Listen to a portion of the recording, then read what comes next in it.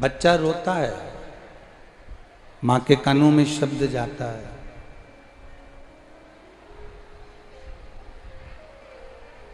बच्चा रोता है तो माँ के कानों में शब्द जाता है, बच्चा रोता है तो माँ के कानों में आवाज़ जाती है, बच्चा रोता है तो माँ के कानों में आवाज़ पहुँचती है। बच्चे के रोने की आवाज़ माता के कानों में जाती है, पर माँ अपना काम छोड़कर नहीं आती है। माँ अगर भोजन बना रही है तो वो भोजन बनाती रहती है, बर्तन मांज रही है तो बर्तन मांजती रहती है। माँ के कानों में शब्द जरूर गया है, माँ के कानों में आवाज़ जरूर गई है, पर माँ अपने काम को छोड़कर नहीं आई है। माँ अपने कार्य को छोड़कर नहीं आई है, माँ अपना काम नहीं छोड़ी। पर यदि बच्चा एकदम चीख कर रो दे, बच्चा एकदम चिल्ला कर रो दे, एकदम चीख कर रो दे, एकदम चिल्ला कर पुकार ले, एकदम चीख कर रोएगा, बच्चा एकदम चीख कर रोएगा, तो ये निश्चित है कि माँ अपना काम छोड़कर, अपना कार्य छोड़कर, माँ अपना संपूर्ण कार्य छोड़कर उस बच्चे के पास दौड़कर आ जाती है। बच्चा अगर रो रहा है, बच्चा रुदन कर रहा है तो माँ नहीं आई, बच्चा रो रहा है तो माँ नहीं पहुंची।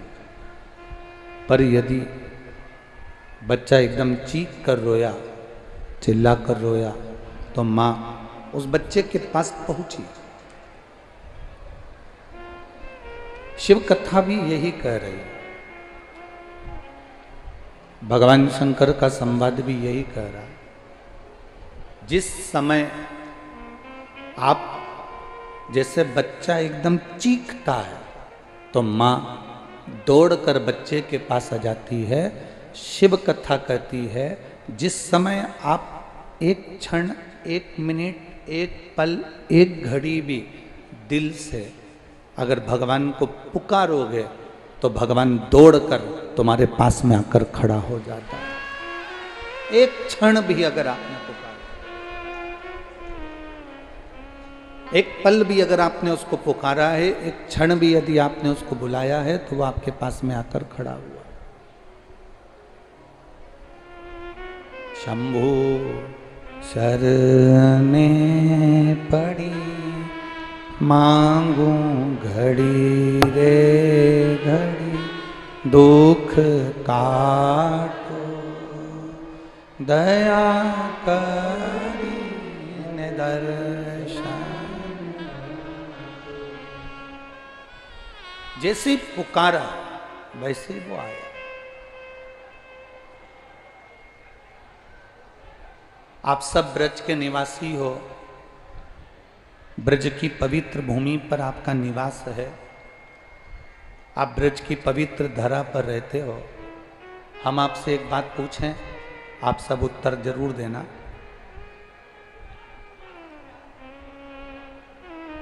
उत्तर दोगे सभी लोग? अरे बोलो तो जम के, दोगे ना? भगवान कृष्ण ब्रज की सभी गोपी के घर जाते थे क्या? अरे जम के तो बोलो। जितनी ब्रज में गोपी रहती थी, क्या सबके घर जाते थे?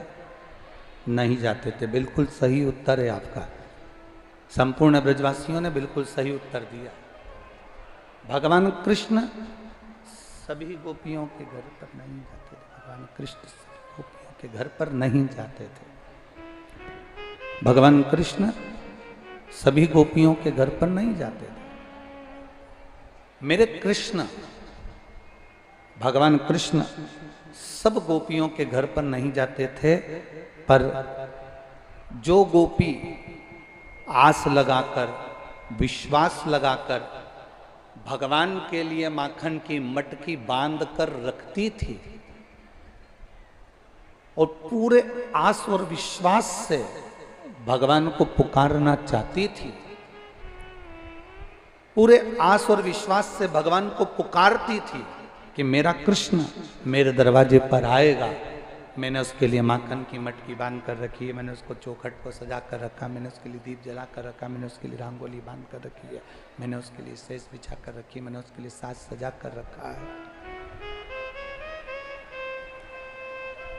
जो गोपी आस और विश्वास रखकर भगवान कृष्ण को पुकारती थी, आस और विश्वास लेकर भगवान कृष्ण को पुकारती थी, भगवान कृष्ण सबके यहाँ नहीं जाते, पर जो आस और विश्वास लगाकर भगवान को पुकारता है, मेरा कृष्ण उन गोपियों के दरवाजे पर पहुंच जाता है। जिसने बहुत आस लगाई, जिसने बहुत विश्वास रखा, आस लगाई, भरोसा रखा, दृढ़ता रखी, उसके दरवाजे पर भगवान पहुंचा।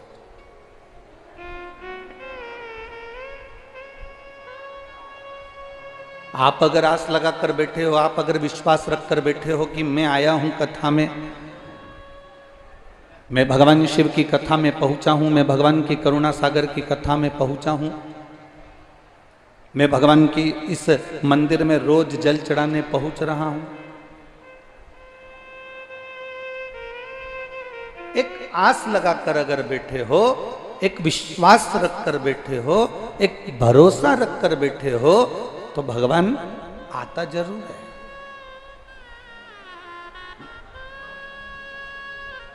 संसार पर किया गया भरोसा एक दिन टूट जाता है।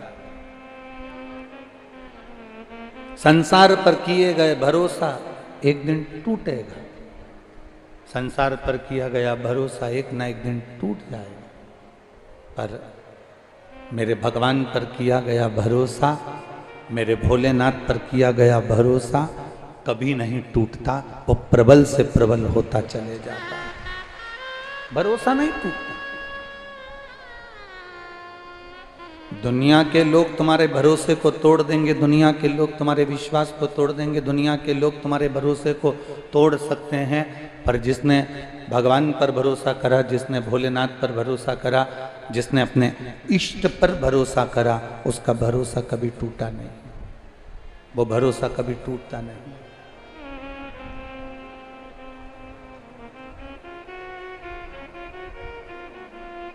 सबके घर भगवान नहीं जाते थे।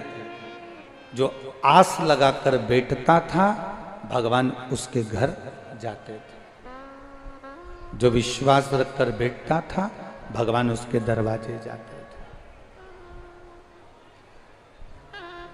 अब एक बात आपसे पूछें, आपके घर में 5 लोग रहते हैं, क्या 5 ही लोग कथा में आते हैं? अरे जम के तो बोलो, नहीं आते। घर में 10 लोग रह रहे हैं, तो क्या 10 ही लोग भगवान की कथा में आते हैं? नहीं आते। कथा में कौन आ गया? जिसके हृदय में कहीं भगवान समाया हुआ था, जिसके हृदय में पूर्व से भगवान की अविरल भक्ति समाई हुई थी, बस भगवान उसी के हृदय में विराजमान होकर उसको खींचकर शिव महापुराण की कथा तक लेकर आ जाते हैं। भगवान शंकर उसको खींचकर अपने पास ले आते हैं।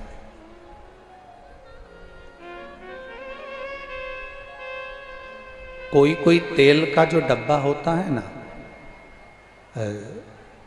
मेरी माताएं या मेरी जीजियां तो जानती हैं, कोई कोई डब्बा ऐसा होता है जैसे हींग की डब्बी, कोई तेल का डब्बा, कोई कोई डब्बा, कोई कोई डब्बी ऐसी होती है, डब्बी में हींग रख दो, डब्बी में लहसुन रख दो, डब्बी में कोई तेल रख दिया, उस डब्बी को कितना भी धो लो, कितना भी साफ कर लो, कितना भी उसको क्लीन कर लो, सरफ से 25 बार धो लो, 25 बार साफ करो, 25 बार साबुन से धो लो, उसके बाद भी हींग की बदबू उस डब्बी से नहीं जाती, तेल की बदबू उस डब्बी से नहीं जाती, लहसुन की बदबू उस डब्बी से नहीं जाती। उसको कितना भी धोया जाए, पर उसकी डब्बी की बदबू नहीं जाती है, डब्बी की बदबू नहीं समाप्त होती है, वो बदबू उसकी जाती ही नहीं, वो बदबू नहीं जाती उसकी। उसी तरह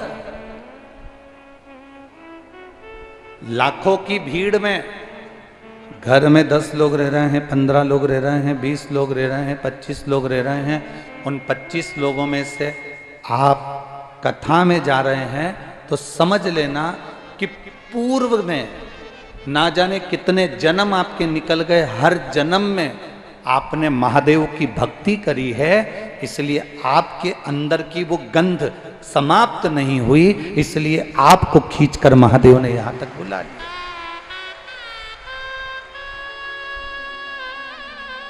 वो गंध है आपके अंदर। और शंभु शरणे पड़ी मांगू घड़ी रे घड़ी, दुख काटो दया करी ने दर्शन। पूरे के पूरे घर के लोग कथा में नहीं पहुँचते, पूरे के पूरे मोहल्ले के लोग कथा में नहीं पहुँचते, पूरे की पूरे समाज के लोग कथा में नहीं पहुँचते, पूरी की पूरी सोसाइटी के लोग कथा में नहीं पहुँचते। कथा में वही पहुँचता है जो आस लगाया बाबा से, जो विश्वास रखा बाबा पर, जिसने भरोसा दृढ़ बना लिया। भगवान कृष्ण जैसे सबके घर नहीं जाते, जो आस और विश्वास रखकर बैठा है भगवान उसके दरवाजे पर जाता है। उसी तरह जो आस और विश्वास के साथ भगवान की अविरल भक्ति को पाना चाहता है, भगवान कृष्ण की, भगवान शिव की अविरल भक्ति को जो प्राप्त करना चाहता है, जिसके अंदर आस भी है, विश्वास भी है, भरोसा भी है, दृढ़ता भी है, और पूर्ण भरोसे के साथ जो भगवान को रिझा रहा है, भगवान उसके करीब में आ रहा है, उसके पास जा रहा है। आपकी दृढ़ता, आपका विश्वास, आपका भरोसा जितना पक्का हो, शिव को क्या प्रिय नहीं है। लंका के राजा रावण को सोने की लंका दे दी थी, लंका के राजा रावण को दुनिया का सारा ठाट दे दिया था, लंका के राजा रावण को ऐसी कोई वस्तु नहीं थी जो रावण के पास में नहीं थी। सब कुछ दिया।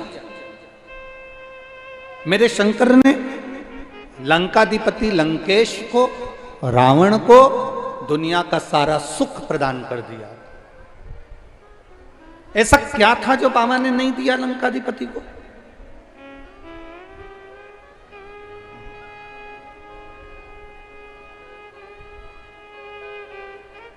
और जो रावण मांगता मेरा बाबा वो देते जाता, क्योंकि भगवान शंकर के प्रिय भक्तों में रावण की गिनती थी। भगवान शंकर के प्रिय भक्तों में रावण को गिना जाता था। प्रिय भक्तों में जो रावण मांगता वो भगवान दे देते।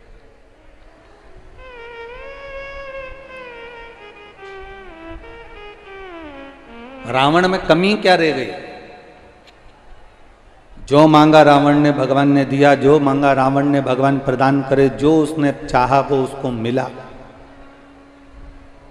आखिरी में एक कमी रावण के अंदर आ गई कि वो रावण के अंदर कमी थी उसका अहंकार, वो रावण के अंदर कमी थी उसका अभिमान।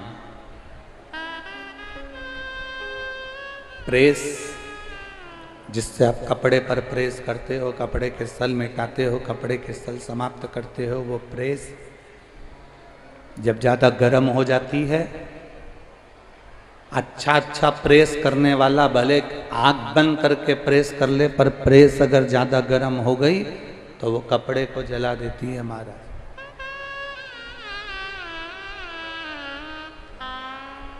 प्रेस जब ज़्यादा गर्म हो जाती है कपड़े को जला देती है, अहंकार जब ज्यादा बढ़ जाता है, अभिमान, अहमता, अभिमत्ता, अहम जब बढ़ जाता है तो हमारे कुल को और हमारे घर को, परिवार को समाप्त कर देता है। रावण के साथ में वही।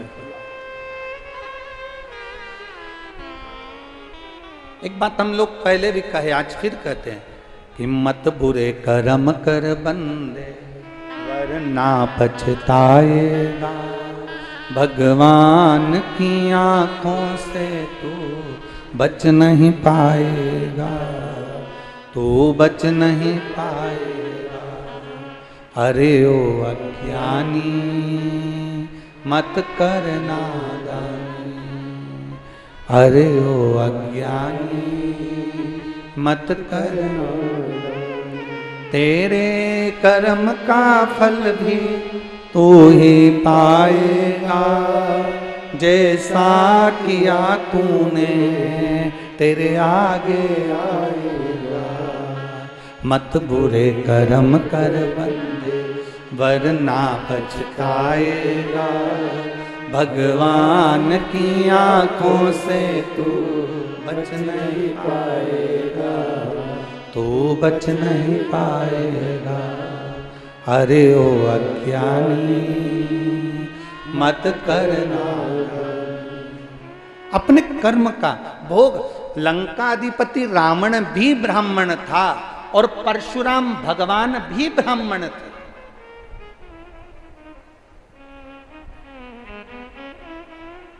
रावण भी ब्राह्मण है और परशुराम भगवान भी ब्राह्मण। पर एक रावण चौराहे पर जलाया जा रहा है और एक श्री परशुराम भगवान चौराहे पर और मंदिर में पूजाए जा रहे हैं।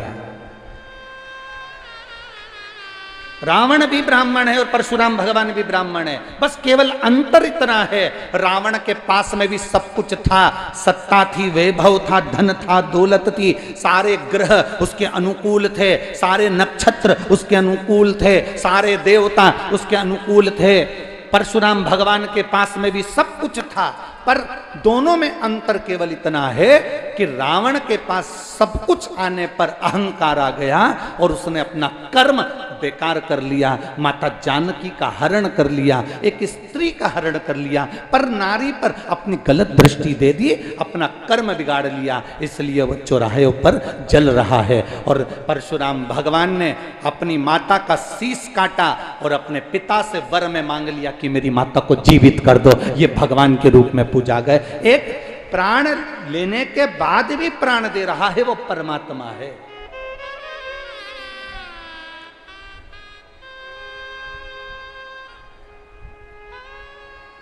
अच्छा कर्म करने का जब मौका मिले,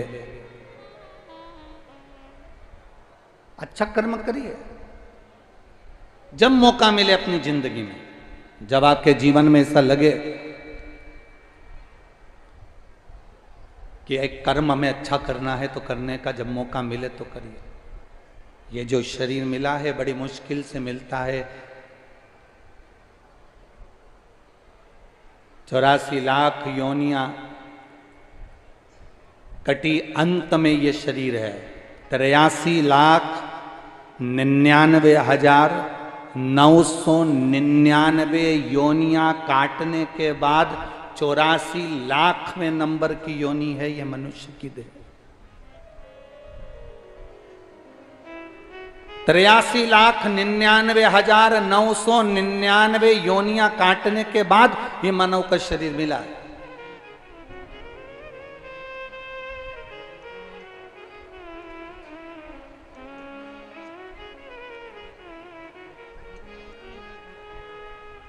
एक बहू ने हमसे पूछा, गुरुजी ये बताओ कि हमारे घर में हमें टाइम नहीं मिलता भगवान का भजन करने का, हमें समय नहीं मिलता भगवान की भक्ति करने का, हम मंदिर भी नहीं जा पाते क्योंकि घर में बच्चे रहते हैं तो स्कूल छोड़ना रहता है, ये काम रहता है, वो काम रहता है। एक बहू से पूछो कितना घर में काम रहता है। गुरुजी हम बहुओं को आप कुछ बोलेंगे कि हम बहू कितनी देर भगवान का भजन कर लें। हमने कहा बहुओं से बस केवल इतना निवेदन है, जितनी देर तुम पेंसिल से लाइन खींचो और डब्बा भरो, उतनी देर लगती है, उतनी देर भगवान का भजन कर लिया, बहुत उतना भी। एक क्षण मेरे भगवान कृष्ण ने गोपियों से पूछा, गोपियों तुम मुझे याद करती हो क्या? गोपियों तुम मुझे याद करती हो? भगवान कृष्ण के शब्द सुनकर गोपियों ने कहा, याद करना उसी को कहते हैं, एक कृष्ण याद उसको किया जाता है जिसको भुला दिया गया हो। आप तो दिल में ऐसे बसे हो कि आपको याद करने की जरूरत ही नहीं पड़ती है। आप हमारे हृदय में बसे हो, आप हमारे दिल में बसे हो, आप हमारी चित्त में, आप हमारी वृत्ति में बसे हुए हो, तो हम आपको भुलाए नहीं तो याद क्या करें?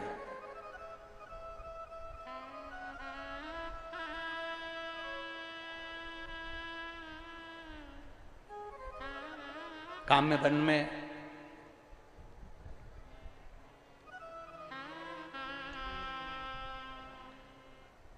ब्रज 84 कोस के काम वन के अंदर काम्य वन में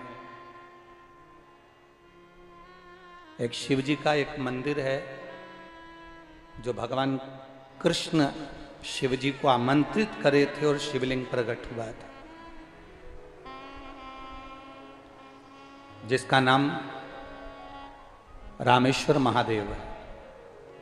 आप लोगों में से किसी ने काम्य वन में रामेश्वर महादेव के दर्शन किए हैं? जिनने करे हों हाथ ऊंचा करिए जरा। बहुत बढ़िया, रखिए, साधुवाद, आपको प्रणाम। काम्य वन में एक मंदिर है भगवान शंकर का, जिसको रामेश्वर महादेव कहते हैं। ब्रज 84 कोस में सारी ब्रज की गोपियां आज एकत्रित हुई और गोपियों ने एकत्रित होकर अपने ब्रज के एक एक पत्थर को उठाया और सरोवर में डाला। पत्थर उठा रही हैं, सरोवर में डाल रही हैं। अब श्री दामा को मालूम पड़ा कि ब्रज की गोपियां कुछ एक नया खेल खेलना सीख गई हैं। ब्रज के पत्थर लेकर आती हैं और वो पत्थर को सरोवर में डालती हैं। अब श्री दामा ने मनसुका से कहा, फिर मधुसूदन तक बात गई, मधुसूदन से फिर भगवान कृष्ण के पास बात गई, और भगवान कृष्ण के पास जब बात गई, भगवान कृष्ण के संबोधन जब मालूम पड़ा, भगवान कृष्ण के कानों में जब शब्द पहुंचा, तो भगवान कृष्ण ने पूछा, मधुसूदन क्या हुआ? मधुसूदन कहते हैं, प्रभु जी एक बात कहना चाहते हैं रे कन्हैया। कन्हैया पूछे, क्या? ब्रज की गोपियां ना जाने कौन सा खेल लेकर आई हैं, सारे ब्रज के पत्थर उठा उठा के सरोवर में डाल रही हैं। पूरे 84 कोस में जहां कर तुम्हें जहां मर्जी पड़े वहां पर घूम कर देख लो, ब्रज की गोपियां पत्थर लाती हैं और सरोवर में डाल देती हैं।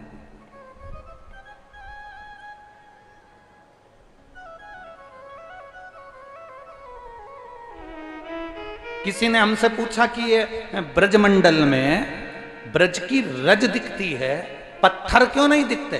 तो हमको तो लगता है कि रामेश्वर महादेव की कथा से हमको मिलता है कि सारे पत्थर तो गोपियां पहले ही सरोवर में पटकी है, रजी रज बची। अब भगवान कृष्ण के कानों में शब्द गया तो भगवान कृष्ण तुरंत गए। तो भगवान ने जाकर क्या देखा कि आज ललिता जी के साथ में राधा जी भी पत्थरों को उठाकर और पानी में पटक रही थी, और पटकते पटकते आंख में आंसू भरकर राधा जी रो रही थी।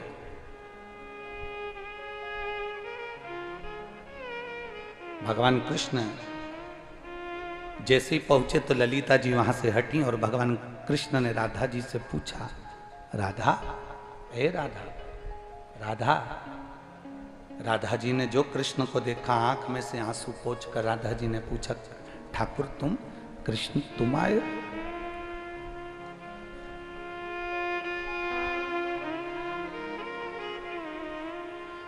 कन्हैया आप? क्या बात है? भगवान कृष्ण ने पूछा, राधा हम ये पूछना चाहते हैं, ये ब्रज में कौन सा खेल हो रहा है? जितनी भी गोपियां हैं वो पत्थर उठा उठा कर ले जाकर सब डाल रही हैं सरोवरों में, ये कौन सा खेल चालू हो गया? गोपियां कहती हैं, अरे कृष्ण तुम्हें नहीं मालूम, भगवान राम के जो बानर थे उन वानरों ने पत्थर पे राम लिखा था और पानी में छोड़ा था और वो सारे पत्थर तैर गए थे और सेतु बन गया था। और भगवान राम ने शंकर जी की स्थापना करी थी रामेश्वर की। तो गोपियां कह रही हैं कि जरा अपन भी पत्थर तैरा के देखते हैं कि तैरता है कि नहीं तैरता। इसलिए सारे ब्रज के पत्थरों को उठा उठा कर हमने सरोवर में फेंक के देख लिया, पर तैरता हुआ नहीं मिला। इसलिए अब हमने पूरा विचार कर लिया, पूरा विचार कि ब्रज की सारी गोपियां अपने अपने माता पिता को लेकर सेतु बंध का दर्शन करने के लिए रामेश्वर जाएंगी। छकड़े तैयार, बैलगाड़ियां तैयार, भोजन भंडारे तैयार, सब गाड़ियों में रखे गए और गोपियां जाने की तैयारी करने लगी। सारी गोपियां जाने की तैयारी। जब गोपियां जाने की तैयारी कर रही हैं, जब गोपियां जाने का विचार कर रही हैं, जब गोपियां जाने लगी हैं, बीच रास्ते में मेरे ठाकुर जी खड़े थे, बीच राह। उन्होंने रोका, रुको जरा, रुको जरा, कहां जा रही हो? बस सेतु बन जा रहा है, दर्शन करने के लिए रामेश्वरम जा रहा है। रामेश्वरम? हाँ। सेतु बन? हाँ ठीक है। भगवान कहने लगे तुम्हें रामेश्वर जाने की जरूरत नहीं है राधा, सारी गोपियों से कह दो छकड़े में से सामान नीचे उतार ले, बैलगाड़ियों का सामान नीचे उतार ले, सबको कह दो उतारो सामान नीचे। तो हमें सेतुबंध का दर्शन कहां होगा? हमें सेतुबंध का दर्शन मिलेगा कहां? हमें कहां रामेश्वर का दर्शन मिलेगा? कहां सेतुबंध का दर्शन मिलेगा? भगवान ने कहा चिंता मत करो, सारे पत्थरों को वापस निकाल कर लाता हूं सरोवर में से। काम में बन के सरोवर में से सारे पत्थर निकाल कर ठाकुर जी ने बाहर फेंके और फिर भगवान ने कहा तुम चिंता मत करो, राम जी ने सेतु बनवाया था, मैं खुद तुम्हें सेतु बंध का दर्शन कराऊंगा। और भगवान कृष्ण राम बन गए, मेरे कृष्ण राम बने। और राम बनकर भगवान कृष्ण ने जो आवाज लगाई, हनुमान पधारो, सारे बंदरों की सेना सम्मुख में आ गई। एक एक पत्थर बांदरों ने उठाना प्रारंभ करे और उठाकर राम और कृष्ण का नाम लेकर बांदरों ने सेतु में के रूप में सरोवर पर फेंकना प्रारंभ करा। जो सरोवर पर फेंकना प्रारंभ करा, एक सेतु बन गया जिस पर चढ़कर मेरे कृष्ण राम बने हुए पार होकर एक रामेश्वर भगवान की स्थापना के लिए। जैसे राधा ने कहा आपने सेतु तो बांध लिया पर यहाँ शंकर तो कहीं दिख नहीं रहे, रामेश्वर तो कहीं नजर नहीं आ रहे। भगवान कृष्ण ने राम बनकर शंकर को आमंत्रित करा, बाबा आप यहाँ प्रकट हो जाओ, इन ब्रजवासियों के लिए रामेश्वर इस ब्रज की रज में होना चाहिए, आप प्रकट हो जाओ, इस ब्रज की रज में रामेश्वर प्रकट होना चाहिए। और भगवान शंकर देखते ही देखते राधा और कृष्ण के सम्मुख में शिव प्रकट हो गए, भगवान शंकर प्रकट हो गए। भगवान कृष्ण राम के रूप में थे। शिव जी ने नमन कर कहा प्रभु ये लीला का दर्शन आज तक नहीं हुआ, जो दर्शन आज आपने कराया, प्रभु मेरे लिए आदेश। भगवान कृष्ण कहते हैं बाबा आप यहां विराजमान रहें, जो भूलवश भी काम में बन के अंदर प्रवेश कर जाए और भूलवश भी आपके शिवालय पर अगर एक बूंद जल भी चढ़ जाए तो 12 ज्योतिर्लिंग में जो ज्योतिर्लिंग हैं सबके दर्शन का फल आपके दर्शन से प्राप्त हो जाए। बस ये भाव से भगवान ने उनको विराजमान, आप रुको, आप विराजमान हो। देखो दुनिया के लोग भले ना पहचाने भाई, ए मेरी ब्रज की जीजियों और मेरे ब्रज के जीजाओं,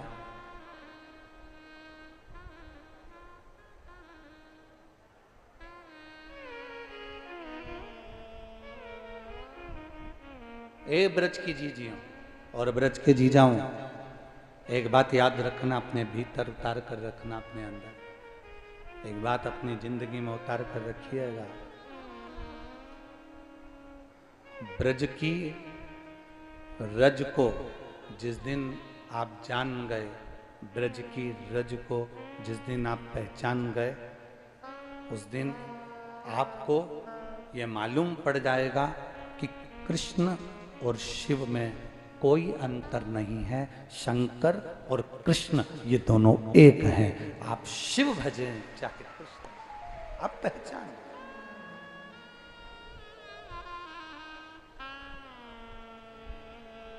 जिस दिन आप जान गए,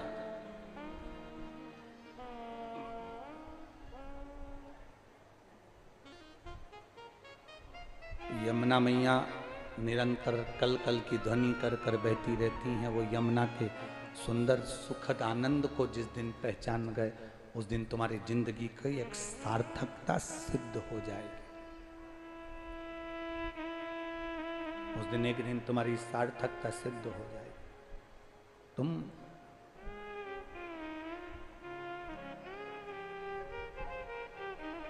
जिस यमुना जी में से मथुराधीश प्रकट हुए हैं, जिस यमुना जी में से द्वारकाधीश प्रकट हुए हैं, जिस यमुना जी की लहरों से स्वयं श्रीमद् वल्लभाचार्य जी अपने वेद और पुराणों का आनंद पाते थे, जिस यमुना जी के सुंदर संवादों में यमुना जी की तरंगों से लहरों से स्वयं मेरे श्री जी बाबा आनंद की राशि को प्राप्त कर लेते थे, वो यमुना कोई साधारण है क्या?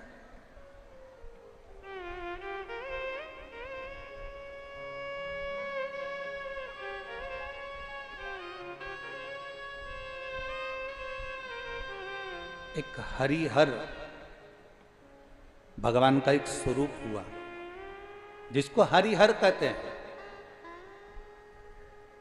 ब्रज की रज में यमुना के तट पर, ब्रज की रज में यमुना के तट पर, यमुना के तट पर जो बालू मिल जाए, जो बालू रेत मिल जाए,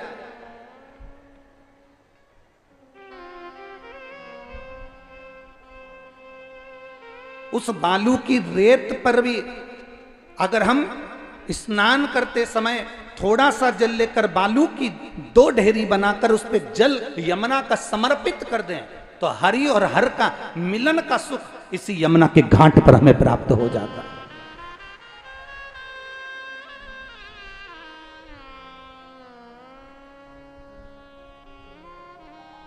महाराज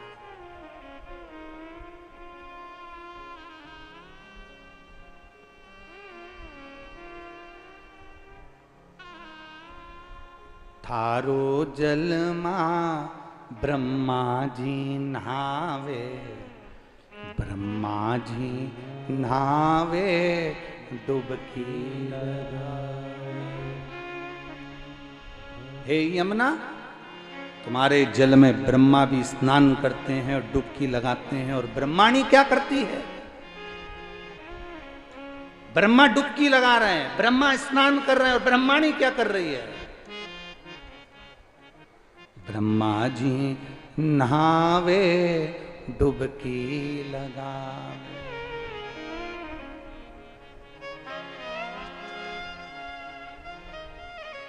हरि ब्रह्माणी करती सेवा रे, थारो निर्मल निर्मल पार।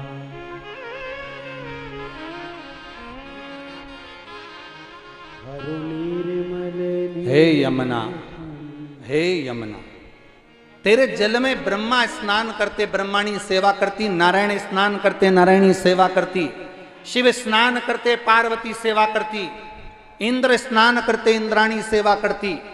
33 कोटि देवता तेरे जल में स्नान करने के लिए आते और उनकी देवियां तेरे घाटों पर सेवा का क्रम करती है, तेरे घाटों पर सेवा करती है।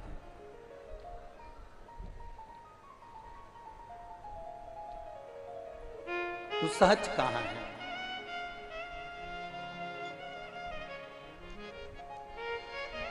तेरी सहजता कहाँ है? आज कोई कह रहा था गुरुजी, जैसे आपने कहा कि भगवान कृष्ण के 16,108 रानियां थीं और 16,108 रानियों से संतान नहीं हुई, तो भगवान कृष्ण ने शिव जी की शिवलिंग की स्थापना करी, उनकी पूजन करी। एक एक रानी के साथ में 11-11 दिन तक शंकर भगवान के शिवलिंग की आराधना करी, भगवान शंकर के शिवलिंग का पूजन किया। 1,77,186 भगवान कृष्ण के बच्चे हुए। रावण को मारने से पहले रामेश्वर धाम की स्थापना करी थी मेरे भगवान राम ने। क्या जैसे रावण शंकर का उपासक था, कंस भी तो शिव का उपासक था।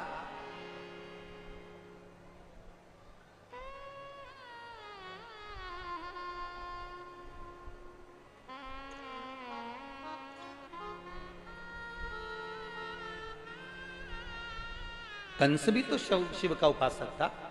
जैसे रावण शंकर का उपासक था और रावण को मारने से पहले राम जी ने भगवान रामेश्वर की स्थापना करी थी, तो कंस को मारने के लिए जब भगवान आए, भगवान कृष्ण और बलराम जब मथुरा में पहुंचे, तो जैसे उन्होंने रावण को मारने से पहले शिव की आराधना करी, तो क्या भगवान कृष्ण ने कंस को मारने के समय पर किसी शिवलिंग की स्थापना करी?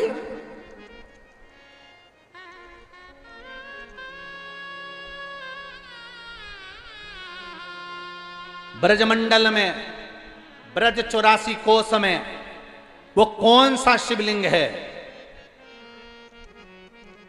जिसको कंस को मारने के समय पर भगवान ने स्थापित किया था?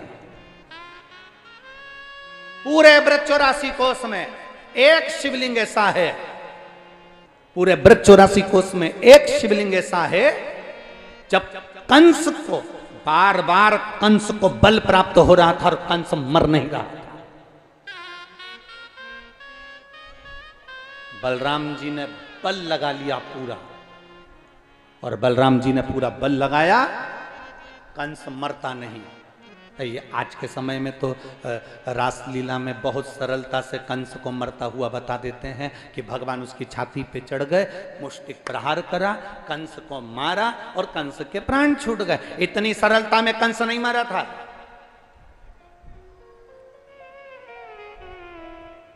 राक्षसों से पीछा इतनी जल्दी नहीं छूट जाता हो। इतनी सरलता में कंस नहीं मरा था कि तुमने रासलीला में देखा कि बस भगवान कृष्ण आए, छाती पर चढ़ गए, मुष्टिक प्रहार करा, कंस के प्राण छूट गए। इतनी सरलता में कंस नहीं मरा है। रावण को मरने में जितना बल लगा था, रावण के लिए भगवान राम ने 7-7 कर बाण छोड़े थे, फिर बाण छोड़े, आखिरी में नहीं मरे। तब हनुमान जी को लगा बात क्या है, तब हनुमान जी ने तुरंत उसी समय पर बुलाया, उसी समय पर विभीषण को बुलाया। विभीषण बता क्या बात है, ये मरता क्यों नहीं है? विभीषण ने कहा कैसे नहीं मरेगा, इसकी नाभि में अमृत है, बाणों उठाओ, बाण और छोड़ दो। भगवान राम ने जैसे ही सुना रावण की नाभि में अमृत है, भगवान ने बाण उठाकर छोड़ दिया। बाण लगा नाभि के अंदर, पर रावण के प्राण नहीं छूटे।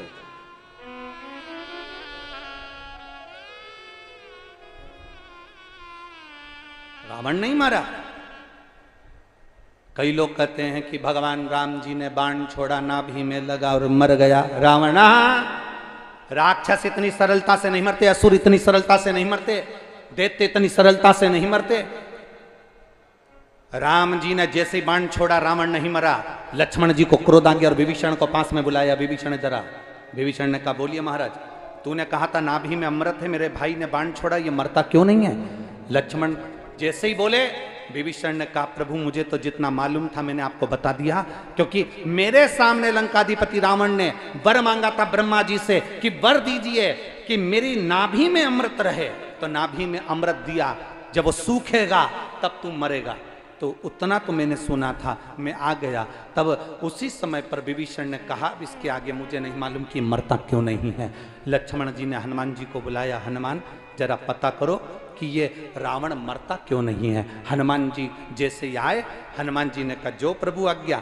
हनुमान जी पहुंच गए, एक विद्वान का रूप रखकर लंका के अंदर, एक ज्योतिषी का रूप रखकर, एक विद्वान का रूप रखकर हनुमान जी लंका में प्रवेश कर गए। लंका में प्रवेश करे और लंका में घूमते घूमते सारे लंका वासियों की नारियों के हाथ देख देख कर हनुमान जी ने बता दिया, तुम्हारे यहां पर एक बंदर आया था, आग लगाई थी, उत्पात मचाया था, ऐसा हुआ था, फिर उसके साथ एक और आया था, सीख देकर गया था, नहीं संभला, तुम्हारे यहां पर इतने मर गए, तुम्हारे यहां इतने जिंदा हैं। ये हनुमान जी ने सबका भाग्य बताना चालू करा। सूचना पहुंच गई मंदोदरी के पास में। मंदोदरी से कहा, मंदोदरी तेरा भी भाग्य दिखा ले। मंदोदरी राजघराने से, राजभवन से रथ में बैठकर बाहर आई और ज्योतिषी के चरणों में बैठकर कहती है, बाबा मुझे बताओ मेरा भाग्य क्या कहता है।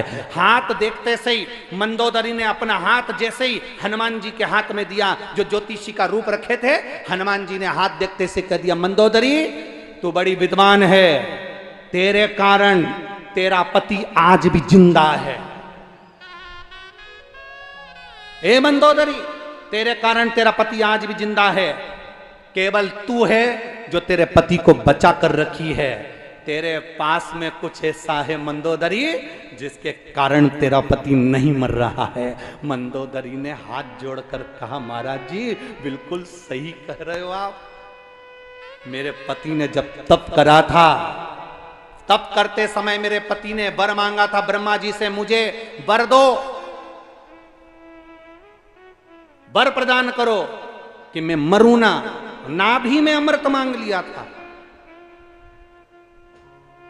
पर मेरे पति भी बड़े विद्वान थे, उनको मालूम था नाभि में अमृत है, कभी भी बाण छूटेगा मेरी नाभि में लगेगा और मैं मर जाऊंगा। इसलिए मेरे पति ने ब्रह्मा जी से कहा था, अगर नाभि में अमृत तुम दे रहे हो तो जो बाण मेरी नाभि में लगेगा वो बाण भी मुझे दो।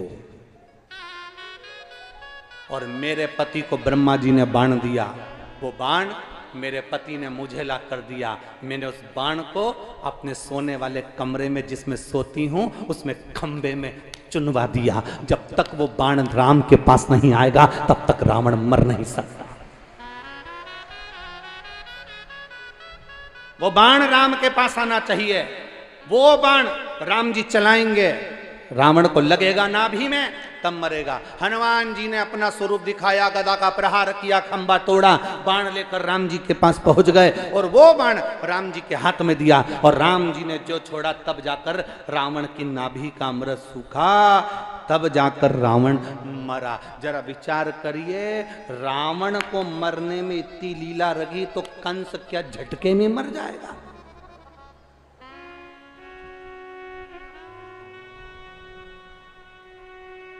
छाती पे चढ़ गए, मुष्टिक प्रहार करा, कंस मर गया। ना ना ना,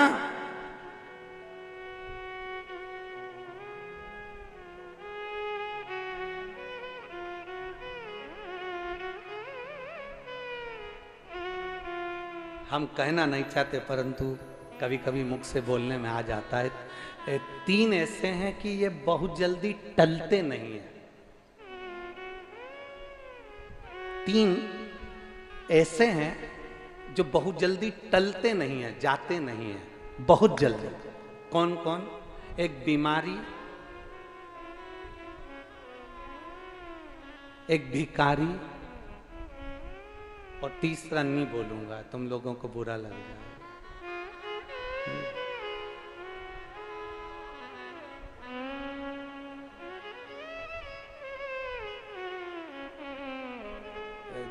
आप लोग उसको सरल सरल भाषा में कह देते हो, हम हमारी व्यासपीठ से क्यों ऐसा कहें। जो बहुत बेकार लोग होते हैं ना, जिसको लोग बहुत गंदा कहते हैं, वो भी दो ही अक्षर का है। जैसे हमने कहा ना, बीमारी, भिखारी, इसी में कई एक शब्द है, वो तुम समझ जाना। तो तीसरा नंबर का जो होता है ना, वो भी जो दुनिया को कष्ट देता है, त्राड़ देता है, परेशान करता है, बहुत तकलीफें देता है, ये जल्दी से टलता नहीं, जल्दी से जाते नहीं। बीमारी भी इतनी जल्दी जाती नहीं। बुखार आ गया ना तो थोड़े दिन तक टिकता है, भले डॉक्टर साहब दवाई दे दे तो भी 8-10 दिन तो लग जाते हैं, फिर कमजोरी रहती, फिर धीरे धीरे संभलते। बीमारी भिखारी भी ऐसा होता है, उसको मना कर दो, हे भाई चल चलो, वो नहीं जाएगा, देव साहब देव साहब देव साहब, पीछा ही पकड़ लेते। कोई चाट खा रहा है वहां पर भी खड़े हो जाएंगे, देव साहब। अब वो बेचारा कैसे खाए जब सामने कोई मांग रहा, कैसे?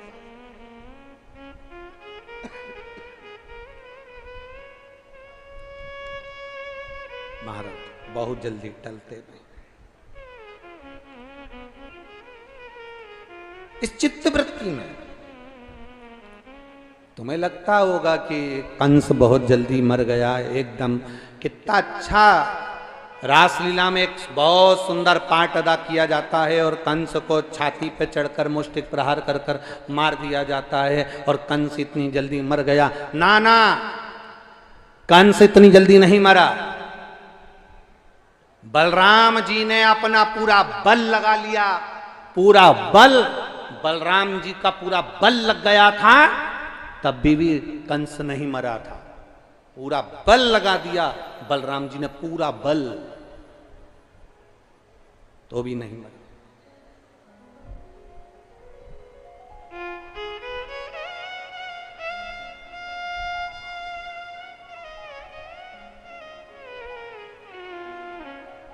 अब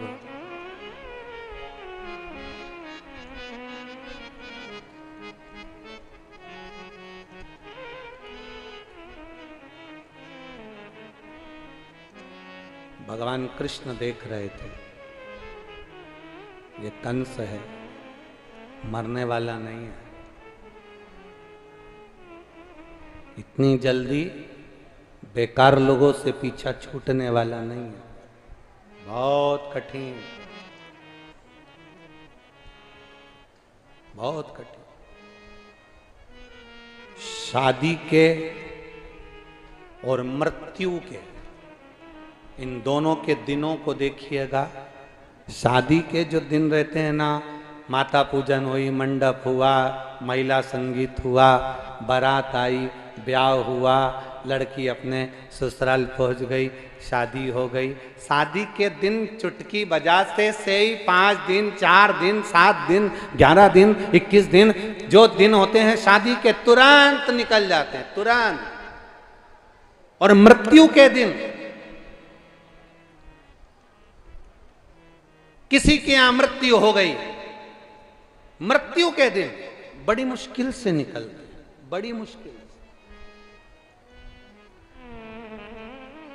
ऐसा लगता है बहुत सारे दिन, बहुत सारे दिन आपके इधर होती कि नहीं होती हमें नहीं मालूम, पर हमारे यहाँ उधर भी मालवा साइड में भी बहुत सारे जो जिनके पास बहुत सारा धन होता है, बहुत जिनकी तमन्नाएं, बहुत सारे शौक होते हैं, उनके यहाँ भी बहुत हमने देखा है।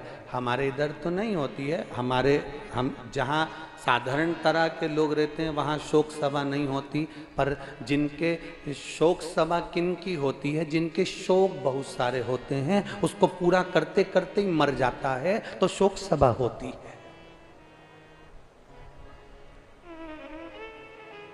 पूरी जिंदगी लग गई शौक पूरे करने में, बेटे को मोबाइल दिलाना है, बेटी को गाड़ी दिलाना है, उसको ये करना है, बहू को ये करना है, छोरे को ये करना है, एक फैक्ट्री डालना है, दुकान डालना है, ऑफिस डालना है, जमीन करना है, मकान बनाना है। जो शौक पूरे करते करते करते करते इधर से कर्जा लिया, इधर से कर्जा लिया, उधर से पैसा उठाया, उधर से उठाया, मेहनत करता रहा, 24 घंटे काम करता रहा, अपने शौक पूरे करने में, परिवार के शौक पूरे करने में, नाते रिश्तेदारों के शौक पूरे करने में, गाड़ी बंगले के शौक पूरे करने में, जो शौक पूरा करते करते करते करते अंत में प्राण छोड़ देता है, उसी के यहां शोक सभा होती है। कभी किसी गरीबड़े के घर में शोक सभा नहीं होती, क्योंकि उसको शोक ही नहीं रहता, तो सभा क्या खाक करेगा। इतने जिंदगी के शोक मत पालो कि जिसमें दुख हो। कंस ने अपनी जिंदगी का एक आनंद पाया। कंस ने क्या करा? पहले सारी राज सत्ता को अपना बना लिया, अपने ही रिश्तेदारों को, अपने ही पूर्वजों को जेल में ले जाकर डाल दिया, अपने ही पूर्वजों को कारागार में ले जाकर डाल दिया। जो अपनों का सम्मान नहीं करता, जो अपनों का आदर नहीं करता, जो अपनों का सत्कार नहीं करता, अंत समय में धोखा खाता है।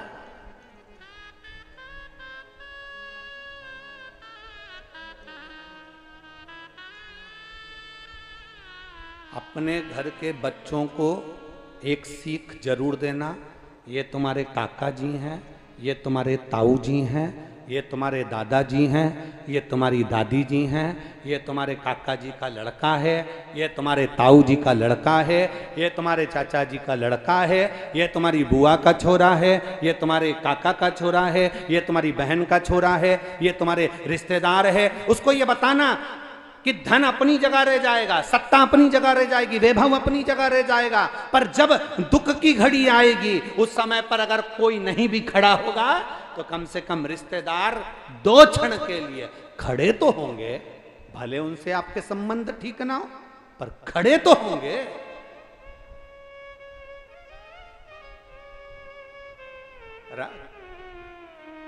कंस ने सबसे बड़ी गलती करी, अपने ही पूर्वजों को ले जाकर उसने कारागार में डाल दिया, बंदी बना दिया, और सुना नहीं, किसी की नहीं सुनी, किसी की। इतनी सरलता में कंस नहीं मरा, बड़ा बड़ा प्रयास करा गया। बलराम जी ने पूरा बल लगा लिया। आखिरी में बलराम जी ने आकर भगवान कृष्ण से कहा, कन्हैया मैंने पूरा बल लगा लिया पर यह कंस मरने को तैयार नहीं है। भगवान कृष्ण मुस्कुरा के बोले, जब कुब्जा मुझे चंदन लगा रही थी ना, तो जब कुब्जा किसको चंदन लगाने जाती थी? अरे बोलो बोलो, जम के बोलो जरा। कुब्जा किसके यहाँ जाती थी चंदन लगाने? अरे बोलो, जम के बोलो। कंस के यहाँ जाती थी।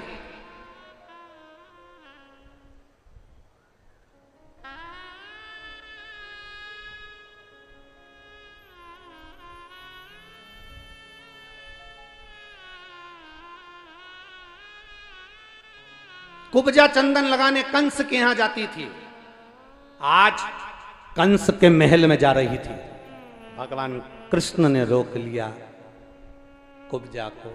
कहाँ जा रही हो? चंदन लगाने। कहाँ जाती हूँ? कंस के यहाँ। हमको लगा दो।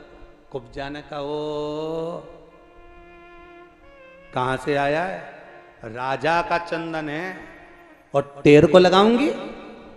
भगवान कहते हैं, हम भी तो देखें कि राजा के सिर पर जो चंदन लगाया जाता है और संत के सिर पर जो चंदन लगाया जाता है, उस चंदन में अंतर क्या है? हमें तो भगवान जब मथुरा में पहुंचे थे, सबसे पहले कुब्जा से ही मिले थे। चंदन, चंदन क्या? माताएं पूरे हंडी का चावल नहीं देखती, ऊपर का एक चावल निकाल कर माताएं दबा के देख लेती है पका कि नहीं पका। भगवान कृष्ण और बलराम में ये अंतर है। बलराम पूरा बल लगा दिए थे, कंस नहीं मरा। भगवान कृष्ण मुस्कुरा कर बोले, भैया आप कह रहे हो कंस नहीं मर रहा, मुझे मालूम है वो इतनी जल्दी नहीं मरने वाला। क्यों? क्योंकि मैं जब इस मथुरा में प्रवेश करा था तो कुब्जा से मैंने चंदन मांगा था। मुझे जरूरत नहीं थी चंदन की, मुझे जरूरत नहीं थी चंदन की, क्योंकि मैं चंदन लगा कर आया था। मुझे चंदन की जरूरत नहीं थी, मैंने कुब्जा से चंदन मांगा था। ये जानने के लिए मांगा था कि राजा के मस्तक पर जो चंदन लगता है वो चंदन में आखिर ऐसा क्या था? क्या था ऐसा? मेरे को वो जानना था। तो बस कुब्जा चंदन की कटोरी में से जब मुझे चंदन लगाया कुब्जा ने, उतनी देर में मैं चंदन की गंध से पहचान गया कि ये बल से नहीं, ये छल से मरेगा। ये बल से नहीं, ये छल से मरेगा। ये बल से मर ही नहीं सकता।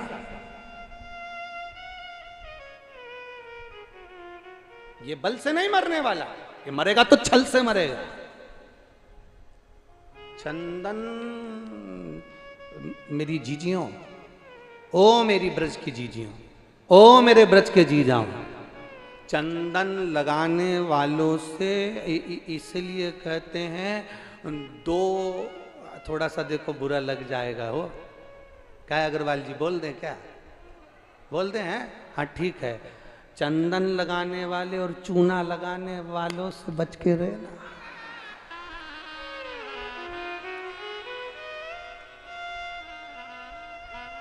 बहुत सावधानी रखना, बहुत। हम हमेशा कहते हैं महाराज, चंदन लगाने वाला जब चंदन लगाता है, थोड़ा सा देखो, शिव महापुराण की कथा में आप लोग आते हो, दिल लेकर आते हो, बड़े मन लेकर आते हो। चंदन लगाने वाला जब चंदन लगाए तब आपकी सावधानी होना चाहिए। आपकी जो गले में मंगलसूत्र, चेन वगैरह जो भी होती है उस समय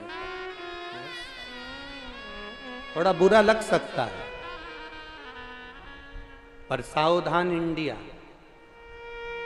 सावधान थोड़ा जरूरी है। भारत की भूमि पर रह रहे हो, सावधानी जरूरी है। रोडों पर लिखा रहता है निगाह हटी। अरे वारे ब्रजवासियों, गजब। फिर से बोलो एक बार, निगाह हटी दुर्घटना घटी। इसलिए जरूरी है। बहुत मिलेंगे तुम्हें चूना लगाने वाले, काका जी बहुत जोरदार, ताऊ जी बहुत जोरदार, तुमने कितना अच्छा विवाह करा, तुमने क्या जोरदार होटल बनाई, तुमने क्या जोरदार काम करा, इतना इतना इतना। इसीलिए तो कहते हैं 3 लोग जल्दी नहीं हंसते हैं। 3 लोग जल्दी नहीं हंसते। एक, पहले नंबर पर भगवान जल्दी नहीं मुस्कुराता। दूसरे नंबर पर सरकारी बड़ा अधिकारी। कौन? सरकारी बड़ा अधिकारी, बड़े पद पर कुर्सी पर बैठने वाला जल्दी नहीं हंसता, क्योंकि उसको मालूम है हंसूंगा तो फाइल पे सिग्नेचर करना पड़ेगा, हंसता ही नहीं। तीसरे नंबर पर नगर का बहुत धनपति, करोड़पति, वैभवपति बहुत जल्दी नहीं हंसता, उसको मालूम है हंसूंगा तो दान देना पड़ेगा, हंसता ही नहीं। मुंह में दबाया तम पान, मुस्कुराता ही नहीं। क्या सेठ जी, थोड़ा हमारे यहाँ तो ब्रज की रज में नंदगांव चले जाओ तो सबसे पहले यही काम करते हैं, घुटन घुटन चलो, और फिर क्या कहते हैं, ताली बजाओ, फिर क्या कहते हैं, अरे बोलो बोलो जरा, नंदगांव में फिर क्या कहते हैं, हंसो, बोलो बोलो, सही है, हंसो जम के। और नंदगांव में, गोकुल में हंसाते हैं, हंसो, क्योंकि उनको मालूम है घर में सोफा सेट है, डिनर सेट है, सोने का सेट है, हीरे का सेट है, कुकिंग सेट है, बस आदमी अपसेट है।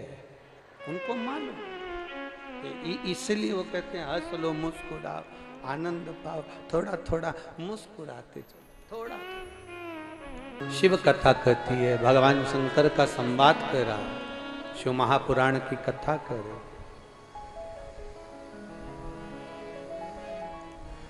अविरलता,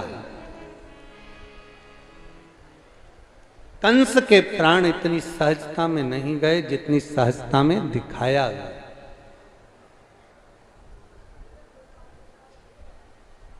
बहुत मीठा बोलने वालों से बचकर रहने की जरूरत है, बहुत।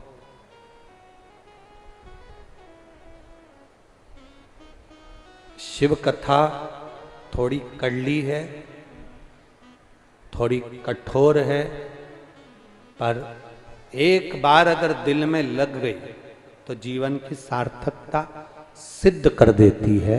ये शिव महापुराण की कथा एक बार लगी कि उसने,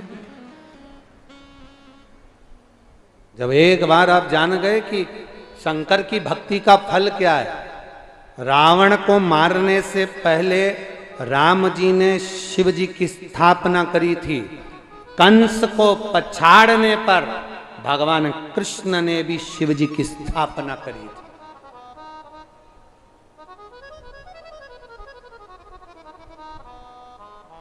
जो कह रहे थे क्या राम जी ने जैसे शंकर जी की स्थापना करी रावण को मारते समय, तो क्या भगवान कृष्ण ने कंस को मारते समय शिवलिंग की स्थापना करी? क्यों ना करी?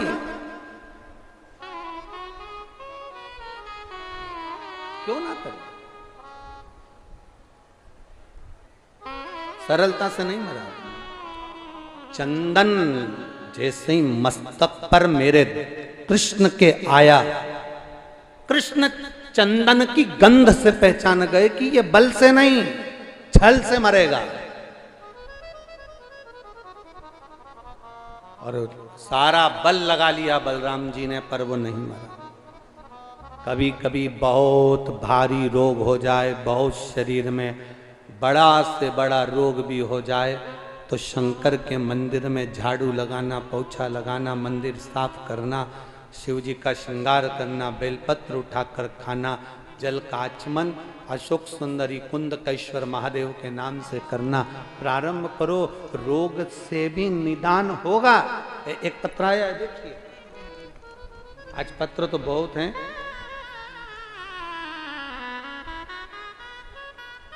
पहले एक फोटो देखिए जिसमें मुख पर कैंसर हुआ। जो फोटो पहले नंबर का है, चेहरे के ऊपर जो कैंसर हुआ उसका फोटो। जिनने ये पत्र भेजा है, अगर वो बैठे हों, श्री सपना शर्मा, पत्नी दीपक शर्मा, निवासी सोरो सुकर क्षेत्र, जनपद कासगंज, उत्तर प्रदेश से हैं। आप ही हैं? जरा हाथ हिला दो एक बार। श्री शिवाय नमस्ते। पहला पत्र देखिए जिसमें चेहरे पर कैंसर हुआ। फिर पत्र अब पढ़ रहे हैं, उसका स्मरण करें। गुरुदेव क्या वर्णन करें, बाबा इतनी करुणा करता है जिसका हम गुणगान नहीं कर सकते। मेरे पति सन 2022 में होठ पर एक छाला हो गया, छाला इतना बड़ा हो गया कि परेशान हो गए। तभी हमने विचार किया एक बार डॉक्टर की सलाह लें। डॉक्टर को दिखाया तो डॉक्टर ने कहा किसी स्पेशलिस्ट को जाकर दिखाओ। हम जयपुर पहुंच गए। जयपुर के हॉस्पिटल में डॉक्टर को दिखाया तो डॉक्टर ने जांच के लिए बोल दिया और कैंसर का होना बताया, और मुझे डॉक्टर ने 7 दिन के अंदर ऑपरेशन करने का बोला। गुरुदेव उस समय काफी दुखी हो गए, एकदम ये कैसे रोग आ गया, हम कैसे इस रोग से निदान पाएंगे। बड़े दुखी हुए। मेरी ननंद को हमने फोन लगाया कि दिल्ली चलें, नोएडा चलें, वहां दिखाएं। ननंद ने कहा चिंता मत करो, आस्था चैनल पर शिव महापुराण की कथा आती है, आप टीवी के सामने बैठकर आसन बिछाकर बाबा से प्रार्थना करो। हमने आसन बिछाकर कथा सुनी गुरुदेव, पर अंतर नहीं आया। तब कथा में आपने कहा था कि झाड़ू लगाओ, पोछा लगाओ, शिव की आराधना करो। मैंने अपने पति को मंदिर भेजना प्रारंभ करा। झाड़ू लगवाती, पोछा लगवाती, शिव जी का श्रृंगार करवाती, बेलपत्र उनको खाने को देती, जल चढ़ा हुआ उनको देती। बाबा से कहती बाबा मेरे पति को ठीक कर दो, इनको औषधि दे दीजिए। रोज बाबा का औषधि मांगती। तब गुरुदेव उनको आराम नहीं लगा। तब मैंने सुना था कि रुद्राक्ष सीहोर का, कुबेरेश्वर धाम से जो रुद्राक्ष मिलता है वो औषधि का काम करता है। मैंने अपने पति को सीहोर भेज दिया। सीहोर गए, वहां से रुद्राक्ष लेकर आए। रुद्राक्ष लेकर आए, उसको हम तांबे के लोटे में गला देते, वो पानी शिव जी को चढ़ा देते, वो पानी मेरे पति पीते। परंतु गुरुदेव बहुत दिन तक जब आराम नहीं लगा तो बड़े दुखी हुए। इतने में हमारी ननंद से हमने कहा कि अपन तो ऑपरेशन करा लेते हैं। ननंद ने कहा रुको, सीहोर वाले महाराज की कथा नोएडा में हो रही है, तुम दोनों कथा सुनने आओ। हम कथा सुनने के लिए गए, नोएडा में कथा सुनी, वहाँ की रच को अपने शरीर पर लगाया, बाबा से रोज रोज विनती करी बाबा कुछ तो कृपा करो। गुरुदेव वहाँ पर कष्ट तेज होने लगा। जब कष्ट तेज हुआ हम उनको लेकर वापिस जयपुर गए। जयपुर में जाकर फिर वापिस जांचें प्रारंभ हो गई, और जब जांचें प्रारंभ हुई, शिव कृपा कैसी होती है बाबा, रुद्राक्ष जो सीहोर का है उसके पानी की करुणा क्या होती है बाबा। हम जैसे जयपुर में पहुंचे, हॉस्पिटल में डबल से जब जांच होना प्रारंभ हुई, जब सारी रिपोर्ट नॉर्मल आ गई और कैंसर समाप्त हो गया। ये शिव तत्व है। हाथ हिला दो एक बार, हर हर महादेव। अब स्वस्थ हो, वो गठानपुरी चली गई, चेहरा साफ, शिव कृपा। श्री शिवाय नमस्तुभ्यम। शंभु कृपा करता है, वो घड़ी है शिव। एक पत्र और है बड़ा।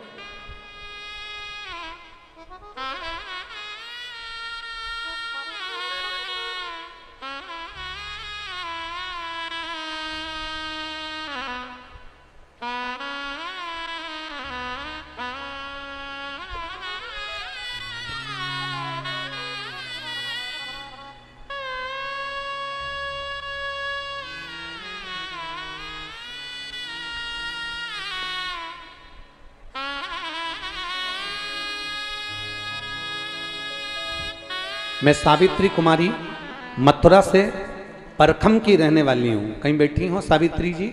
हाथ हिला सकती हैं। सावित्री कुमारी मथुरा से परखम की रहने वाली हूँ। मेरा मोबाइल नंबर ये है। गुरुदेव, शिव जी का मैं क्या वर्णन करूँ? मेरा बच्चा 8 साल से बोलता नहीं था। कहीं बैठी हो सावित्री जी? अपने बेटे को लेकर आई हो तो हाथ हिलाइएगा। अगर कहीं बैठी हो तो हाथ हिला सकती हैं। सावित्री जी मथुरा परखम से कहीं बैठी हो तो हाथ हिला सकती हैं। मेरा बेटा 8 साल का हो गया था, बोलता नहीं था, उसकी मुंह की वाणी नहीं थी। डॉक्टरों को दिखाया, उसके अनुसार इसकी वाणी आना मुश्किल था। इसको दमे की बीमारी थी, श्वास की बीमारी थी और बोल नहीं पाता था। निपट गूंगे का भाव उसमें था। गुरुदेव, अब करें तो करें क्या? सब जगह दवाई दी, इलाज करवाया, बीमारी का कोई इलाज नहीं निकला, आवाज नहीं आई। 8 साल का हो गया। तब किसी के कहने पर जब दूध का पाउच लेने के लिए गए तो दुकानदार कथा सुन रहा था। उस दुकानदार की कथा सुनते हुए हमारा मन भी कथा में लगा। हम मोबाइल पर कथा सुनना प्रारंभ करें। पानी का वर्णन आपने करा। एक कथा में आपने कहा था जिसकी वाणी नहीं आती उसको काली तिल शिव जी को चढ़ाकर उसका खाना और जल भगवान शंकर को अशोक सुंदरी के नाम से चढ़ाकर पीना। हमने हमारे बच्चे को वही क्रम करना प्रारंभ करा। कुंदकेश्वर महादेव का नाम लेकर जल चढ़वाते, पानी पिलवाना प्रारंभ करा। मेरे बच्चे को दमे के कारण पहले तो खांसी चली, क्योंकि उसको दमा बहुत है तो खांसी चली। बेटे की आवाज फिर भी नहीं आई। गुरुदेव, फिर वापिस शिव जी के मंदिर पे चढ़ी हुई बेलपत्र देना प्रारंभ करा और बाबा की कृपा का मैं क्या गुणगान करूं। 8 साल के बाद मेरा बच्चा बोलना प्रारंभ कर दिया। मैं बाबा को यहाँ प्रणाम करने आई। 8 साल के बाद मेरा बच्चा बोलना प्रारंभ कर दिया गुरुदेव। और उसको जो दमे की शिकायत थी, दमे की बीमारी थी, सांस लेने में तकलीफ होती थी और खांसता रहता था, अब मेरा बेटा बिल्कुल ठीक है। मैं बाबा को यहाँ प्रणाम करने आई हूँ। गुरुदेव, मैं पंडाल के अंदर बैठी हूँ, आपका आशीर्वाद मुझे चाहिए। कहीं बैठी हो सावित्री कुमारी मथुरा? कहीं बैठी हो तो हाथ हिला सकती हैं। सावित्री कुमारी मथुरा परखम की रहने वाली है। अगर कहीं बैठी है तो हाथ हिला सकती हैं, अपने बच्चे को ला सकती हैं। 8 साल का पुत्र, पुनः शिव कृपा करुणा सागर। आई है? बेटा आया है? बेटा आया है क्या? बेटा आया है बाबू?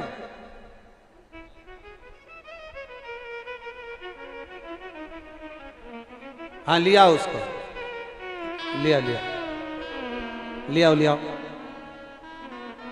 अरे लुटा दिया भंडार का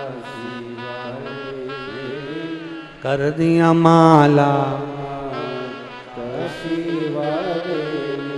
शिव तत्व, भगवान शंकर का गुणगान, शिव की भक्ति, आपका जितना चित्त, जितना मन शिव में रमा सकते हो रमा लो। शिव में लगा सकते हो लगा। खाली ना जाता कोई। जितने बैठे हो सब बोलिए बड़े प्रेम से। खाली ना जाता कोई दर से तुम्हारे, खाली ना जाता कोई दर से तुम्हारे। मैं भी खड़ी हूँ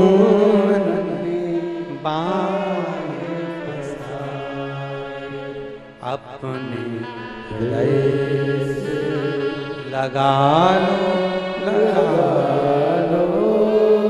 गिरा जा रहा हो उठा लो। भोले अपने दर से अब तू न टालो, गिरी जा रही हो, उठा लो। शिव कथा कहते, शिव करुणा सागर की कथा कहते। आपका भरोसा, आपका विश्वास, आपकी दृढ़ता फल प्रदान जरूर करती है। एक कोसी वालों, कोसी नगर की मेरी माताओं, जीजियों और मेरे जीजाओं, और जितने ब्रज की धरा पर आप लोग कथा सुनने के लिए आए हो, भले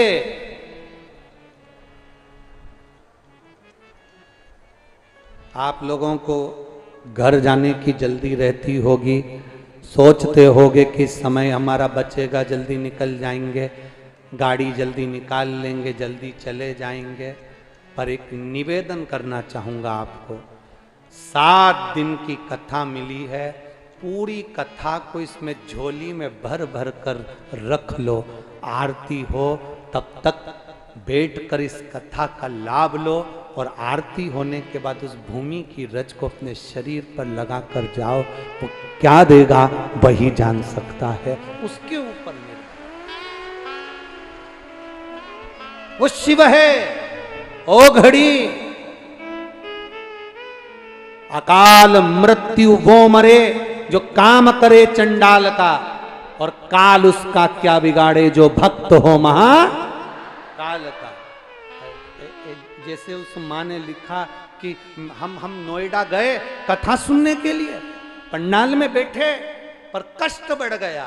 हम कहते हैं वो कष्ट नहीं बढ़ रहा था, जो शरीर में रोग था ना, कथा सुनते सुनते बाबा उसको खींच रहा था, खींच रहा था।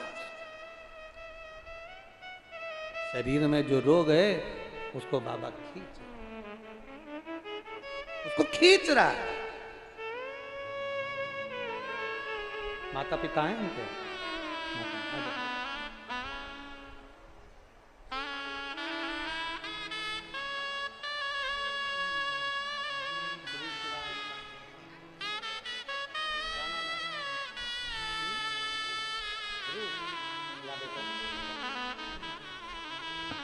ये बच्चा जो 8 साल तक नहीं बोला, अब इस बच्चे से अपना नाम इस पे बोलो। नाम क्या है आपका? ध्रुव। ध्रुव नाम है। पापा का नाम?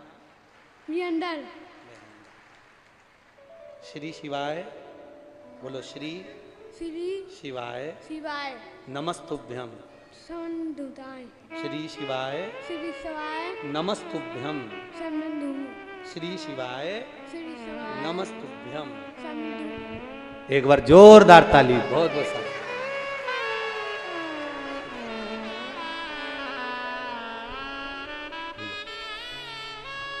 इसको खा लेना, ठीक है?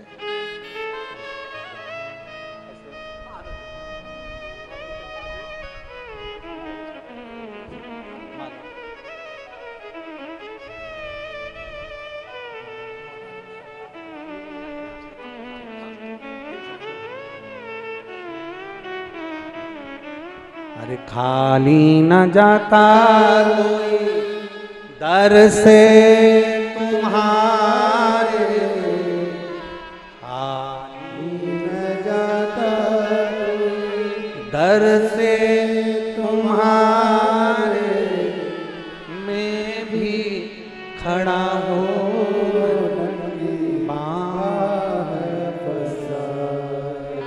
अपने हृदय लगा लो, गिरा जा रहा हो, उठा लो। आप उसको दिल से पुकार, दिल से।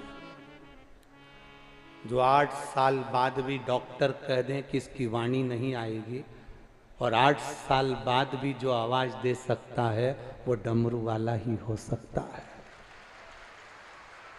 8 साल बाद भी जो वाणी दे दे। आपको हो सकता है कि जल्दी हो, कि हम जल्दी जाएं, पहुंच जाएं, घर पहुंच जाएं, जल्दी जाएं, पर हमारा निवेदन तो केवल इतना है कि 7 दिन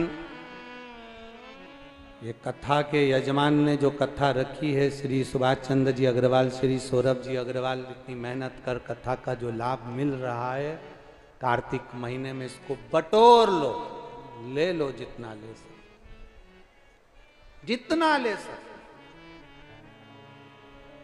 छोड़ना नहीं।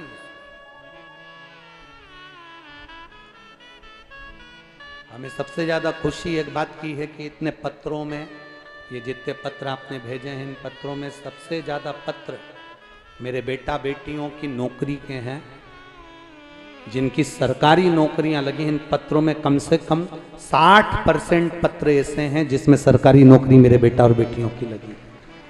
इसकी प्रसन्नता है।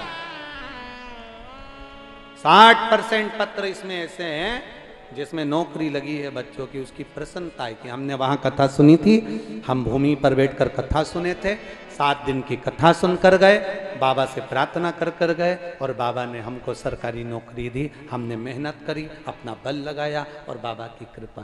कर्म करो, मेहनत करो, पूर्ण करो, उसका फल मिलता मिलेगा।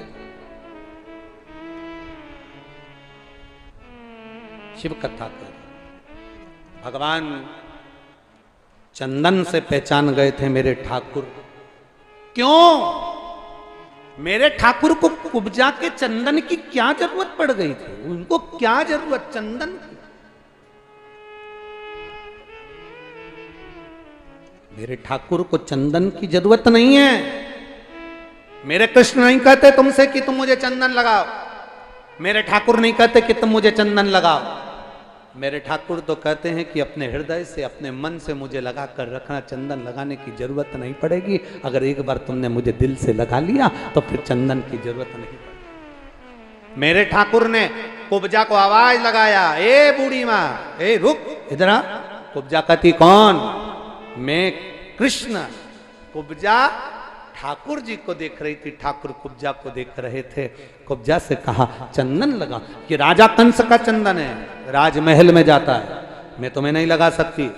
भगवान ने कहा कुब्जा हम तुम्हें सीधी कर देंगे, तुम चंदन तो लगाओ। कुब्जा, कुब्जा क्या? बुद्धि। भगवान के करीब में जाए तो सीधी होना चाहिए। चंदन से मेरे द्वारिका नाथ, मेरे कृष्ण पहचान गए कि ये चंदन जो राजा कंस के मस्तक पर लगता है, इस चंदन से पहचान हो गई कि ये चंदन साधारण नहीं है। बलराम भैया कह रहे हैं कि मैंने पूरा बल लगा लिया और कंस नहीं मरा, तो भगवान जानते थे कि ये बल से नहीं, छल से मरेगा। ये बल से मर ही नहीं सकता।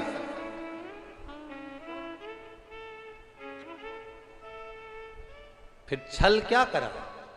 भगवान कृष्ण पहुंचे।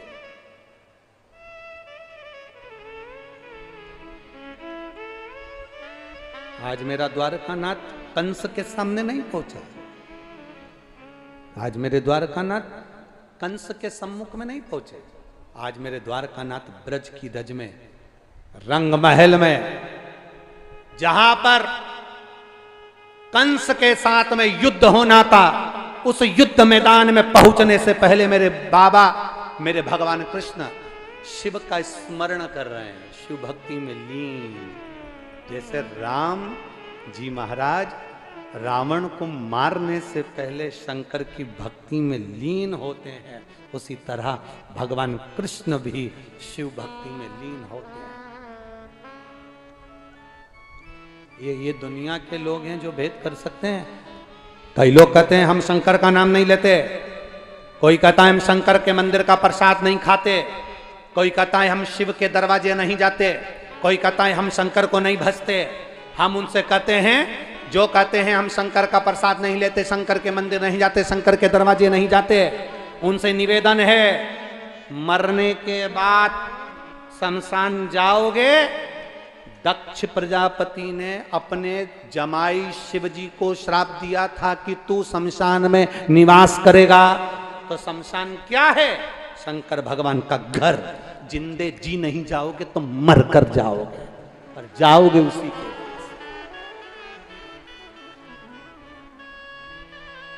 मर कर जाओगे, जाना उसी के पास है, पहुंचोगे उसी के पास।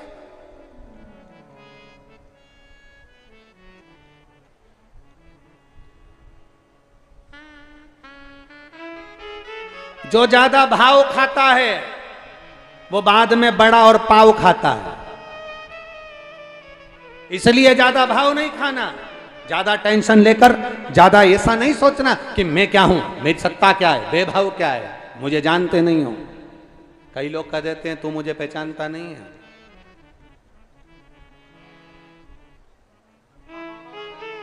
मेरा समय आन दे, मैं बता दूंगा तुझे मैं हूं क्या। और बीमार पड़ गया, छाती में दर्द हो गया,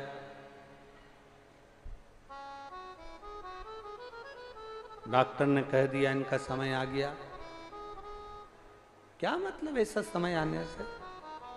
अरे मत बुरे कर्म कर बंदे वरना पछताएगा, भगवान की आंखों से तू बच नहीं पाएगा, तू बच नहीं पाएगा।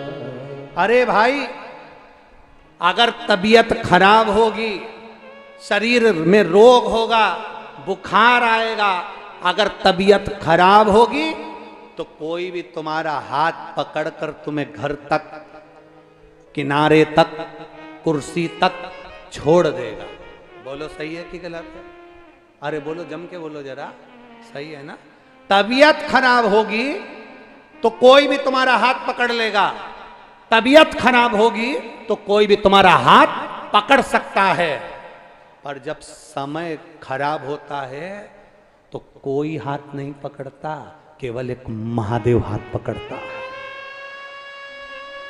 केवल एक शंभु, केवल एक शिव त्रिकालदर्शी के सिवा कोई हाथ नहीं पकड़ता। और अंत समय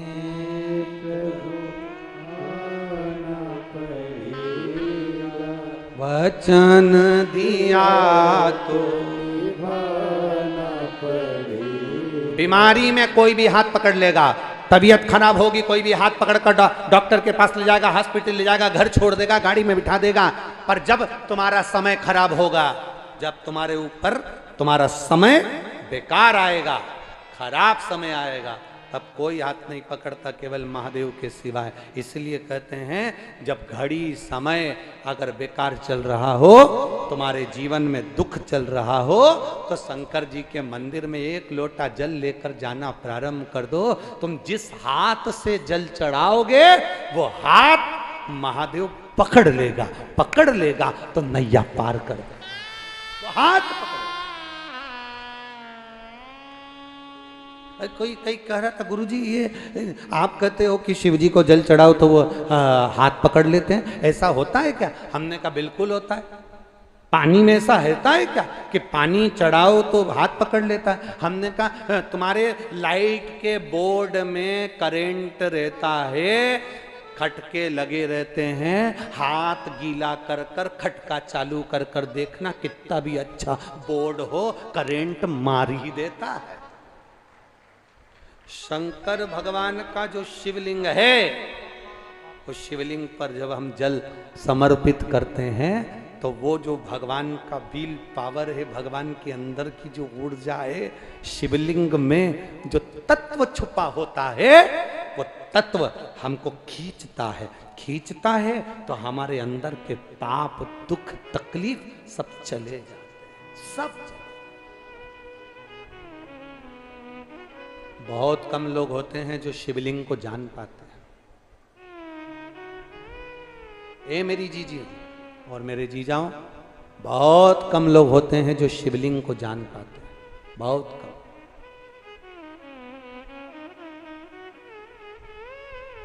कई लोग शिवलिंग की हंसी उड़ाएंगे, बड़े से बड़े विद्वान भी नहीं जान पाते कि शंकर के शिवलिंग में है क्या, शंकर का शिवलिंग है क्या। काशी के शिवलिंग में, भीमा शंकर के शिवलिंग में, केदारेश्वर के शिवलिंग में, चकलेश्वर के शिवलिंग में, भूतेश्वर के शिवलिंग में, गोपेश्वर के शिवलिंग में, त्र्यंबकेश्वर के शिवलिंग में, वैद्यनाथ के शिवलिंग में, केदारनाथ के शिवलिंग में, सोमनाथ के शिवलिंग में, मल्लिकार्जुन के शिवलिंग में, रामेश्वर के शिवलिंग में, आखिर है क्या? जिसने एक बार जान लिया कि त्र्यंबक मंत्र की महत्वता क्या है, जिसने एक बार जान लिया कि शंकर के मूल मंत्र का व्याख्यान क्या है, जिसने जान लिया कि शंकर के भीमा शंकर लिंग का वर्णन क्या है, त्र्यंबकेश्वर लिंग का वर्णन क्या है, चकलेश्वर शिवलिंग का वर्णन क्या है। कितने शिवलिंग है चकलेश्वर में? अरे बोलो तो जम के, कितने? 5। कितने शिवलिंग है? 5। गोवर्धन नाथ जी की परिक्रमा में चकलेश्वर महादेव पढ़ते 5 शिवलिंग। अब कभी विचार करा आपने कि ये 5 शिवलिंग क्यों आ गए यहां पर?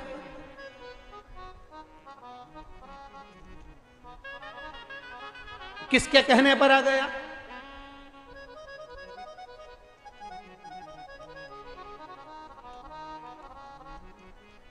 क्यों पहुंचे चकलेश्वर महादेव वहां पर? कभी विचार करा? सारे मंदिरों में 1 शिवलिंग, 2 शिवलिंग, पर चकलेश्वर महादेव में 5। अरे भाई, मथुरा के भूतेश्वर, वृंदावन के गोपेश्वर, कामवन के कामेश्वर, नंदगांव के नंदीश्वर और मानसी गंगा गोवर्धन के चकलेश्वर। मेरे चकलेश्वर महादेव जहां विराजमान थे तो एक बार भगवान कृष्ण ने विचार किया, महादेव जी से निवेदन किया, बाबा भक्त आएंगे ब्रज की रज में दर्शन करने के लिए, उनको किसी को मथुरा जाना पड़ेगा, किसी को कामवन जाना पड़ेगा, किसी को नंदगांव जाना पड़ेगा, किसी को कहीं वृंदावन जाना पड़ेगा। एक काम करो ना, कभी कभी तुम 5 एक ही जगह इकट्ठे हो जाओ ना। जब कोई गोवर्धन की परिक्रमा करने आएगा, परिक्रमा करने आएगा, बहुत आस लेकर आएगा। गिरिराज बाबा की परिक्रमा में जब वो आस लेकर आएगा, भूलवश भी कोई जीव, जलचर, थलचर, वायुचर, कोई जानवर, कोई मनुष्य, कोई गंधर्व, कोई देव, भूलवश भी गिरिराज जी की अगर परिक्रमा भूल से भी लगा लेगा तो कम से कम आप 5 के दर्शन का फल एक ही जगह मिल जाएगा। आप आओ ना 5 एक जगह। बैठा चकलेश्वर बनकर, बैठा। और महाराज वो शिव है, शिव। जिसने शिवलिंग को पहचान लिया वो जान गया।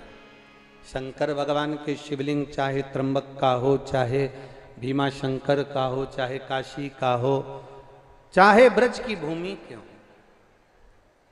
जो शिवलिंग को नहीं जानते वो व्यर्थ की बात करते हैं, पर जो शंकर के शिवलिंग को जान गए कि शिवलिंग में क्या वसा है, वो पहचान गए कि 33 कोटि देवताओं का तेज शंकर भगवान के उस स्वरूप के अंदर समाहित होता है, जिसको हम शिवलिंग कहते हैं, जिसको हम शिवलिंग कहते हैं। भगवान शिव का तेज पुंज उस शिवलिंग के अंतर्गत। हमारे बीच में संत ब्रज विभूति, ब्रज के परम पूज्य संत हनुमान जी महाराज के परम भक्त श्री सियाराम बाबा आज यहाँ पर पधारे हैं। एक बार जोरदार ताली बजाकर भगवान शंकर की भक्ति को, अविरल भक्ति को सुख पाना, सहज शिव कथा कर रही है, भगवान शंकर का संवाद कर रहा है, शिव महापुराण की कथा कर रहा है।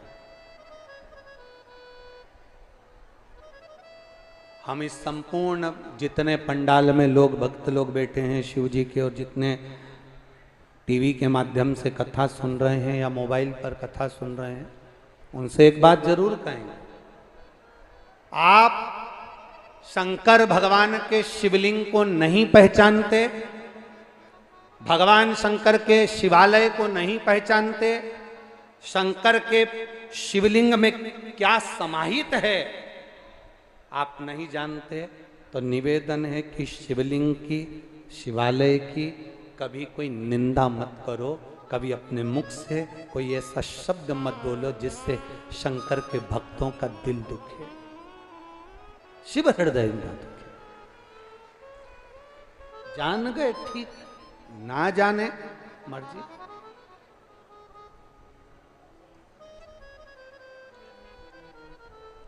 राम जी ने रावण को मारने से पहले शिवलिंग की स्थापना करी जो रामेश्वरम कहला। कंस कितना बलवान, कितना विचित्र, कितना बल है उसमें, और उसको मरना है। जब कोई बड़ा रोग होता है ना तो उसको छुड़ाना बड़ा कठिन होता है। पर मेरी जीजियों, गर्भ में, गर्भाशय के अंदर अगर कोई गठान हो जाए, शरीर के अंदर कहीं पर भी कोई गांठ हो जाए और डॉक्टर कहे कि इसका ऑपरेशन जरूरी है, डॉक्टर से कहो कि सर आप शिव का ही स्वरूप हो। डॉक्टर जो होता है वो शंकर का एक स्वरूप होता है। वो हमको बताता है कि तेरे शरीर में ये रोग है और तू निदान कर। डॉक्टर शंकर का एक स्वरूप होता है।